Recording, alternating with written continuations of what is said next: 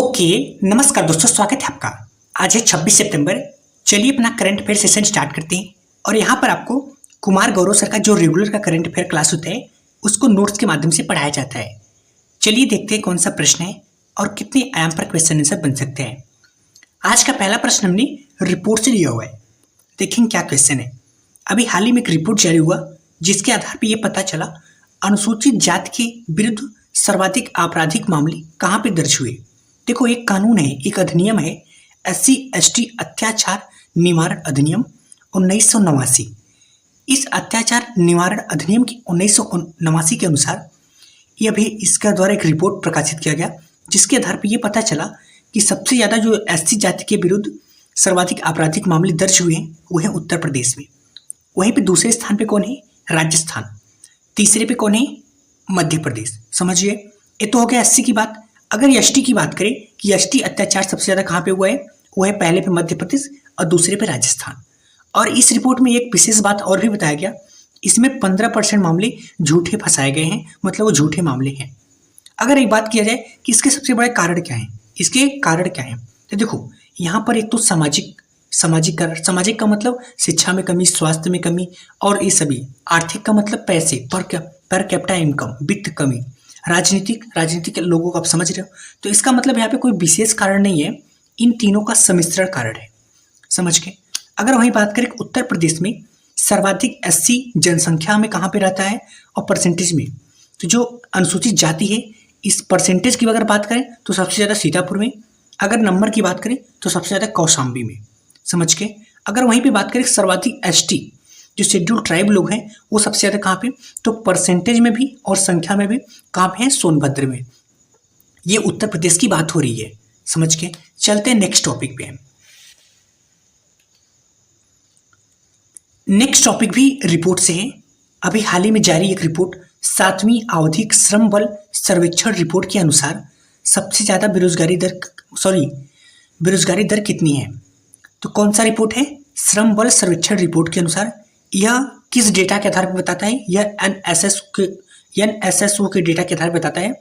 National sample survey, मतलब ये organisation के द्वारा सर्वे किया जाता है और इसी डेटा के आधार पर यह बताता है।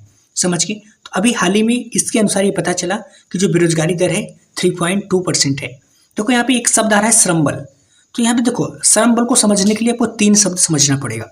समझ के एक तो आपको समझना पड़ेगा श्रम बल, एक कार्यबल और एक आश्रित बल। देखो बेरोजगारी दर आपको समझ में आएगा। श्रम बल का मतलब 15 वर्ष से लेके 59 वर्ष के वो लोग जो या तो कार्य कर रहे हैं या कार्य करने के इच्छुक हैं, ये हो जाते हैं श्रम बल। और कार्यबल क्या होते हैं कि जो कार्य कर रहे हैं, इसका मतलब है 15 से 59 के बीच में जो कार्य कर रहे हैं वो तो कार्यबल में आ गए और जो बच गए वो इच्छुक हैं। आश्रित बल की बात करें तो 15 वर्ष से कम लोग जो कार्य करने लायक नहीं है और 59 वर्ष से अधिक वाले जो कार्य नहीं कर सकती, ये दोनों। उसके साथ साथ बीच के वो लोग जो कार्य करने के इच्छुक नहीं है, वो किसी भी और पे आश्रित हैं, वो होता है आश्रित बल। अब बेरोजगारी क्या होता है? तो श्रम बल में से कार्यबल निकाल दिया जाए, मतलब जो कार्य कर रहे हैं, जो कार्य करने के इच्छुक है, उसमें से कार्य करने वालों को निकाल दिया जाए। तो जो कार्य करने के इच्छुक है, इसका मतलब वही क्या है? बेरोजगार है। इसका मतलब श्रम बल माइनस कार्यबल, ये हो गया आपका बेरोजगारी। समझ के तो आपको श्रम बल समझ में आया। और एक चीज़ और समझें विविध में कि सर्वाधिक बेरोजगारी दर कहाँ पे है। तो सर्वाधिक बेरोजगारी दर की बात करें हरियाणा में 37.3%, दूसरे नंबर पे जम्मू कश्मीर में 32.4%, तीसरे पे राजस्थान 31.3% और सबसे कम बेरोजगारी दर कहाँ पे है? वो है आपका छत्तीसगढ़।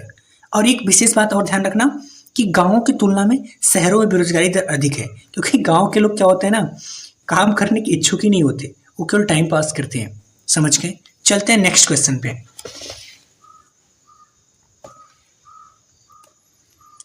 नेक्स्ट क्वेश्चन हमने BBC से लिया हुआ है। भारत के पहले CO2 से मेथेनॉल पायलट प्लांट की आधारशिला कहाँ पे रखी गई?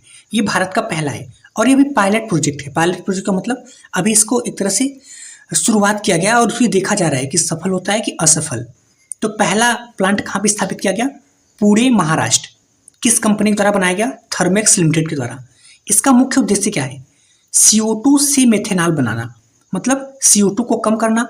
और CO2 को कम करने से क्या फायदा होगा? जो कार्बन उत्सर्जन, जो हमारा इमिशन है, कार्बन इमिशन, वो भी कम होगा। समझ के चलते हैं नेक्स्ट क्वेश्चन पे। नेक्स्ट क्वेश्चन हमने पुरस्कार से लिया हुआ है। 32वां एकलव्य पुरस्कार किसे दिया गया? देखो ये वैसे राज्य आधारित प्रश्न है बट ये महत्वपूर्ण हो जाता है। कौन से क्रम का है? 32वें। 3 लोग का पुरस्कार दिया गया। प्रत्याशा रे जो तैराकी से संबंधित है, तन्वी जो बैडमिंटन से संबंधित है, जयराम जो कि धावक से संबंधित है। यह किसके द्वारा दिया जाता है? यह किसके द्वारा दिया जाता है? उड़ीसा सरकार के द्वारा, है ना। उड़ीसा के नए मुख्यमंत्री कौन है? मोहन चरण मांझी जो कि एक आदिवासी मुख्यमंत्री हैं। चलते हैं नेक्स्ट क्वेश्चन पे। नेक्स्ट क्वेश्चन हमने सैन्य अभ्यास से लिया हुआ है। उत्तर संयुक्त अभ्यास किनके बीच में हुआ? क्या कौन सा अभ्यास? उत्तर संयुक्त अभ्यास किनके बीच हुआ? ये रूस और चीन का। और यहाँ पे विशेष बात याद रखना, ये जो अभ्यास है ये नौसैनिक और वायुसेना, मतलब किस प्रकार का अभ्यास है? ये दोनों है, नौसैनिक और वायुसेना। ये अभ्यास कहाँ पे हुआ? ये अभ्यास हुआ जापान सागर और ओखोस्टक सागर।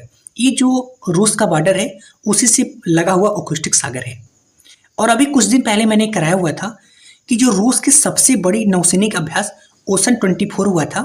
किस प्रकार का अभ्यास? नौसैनिक अभ्यास।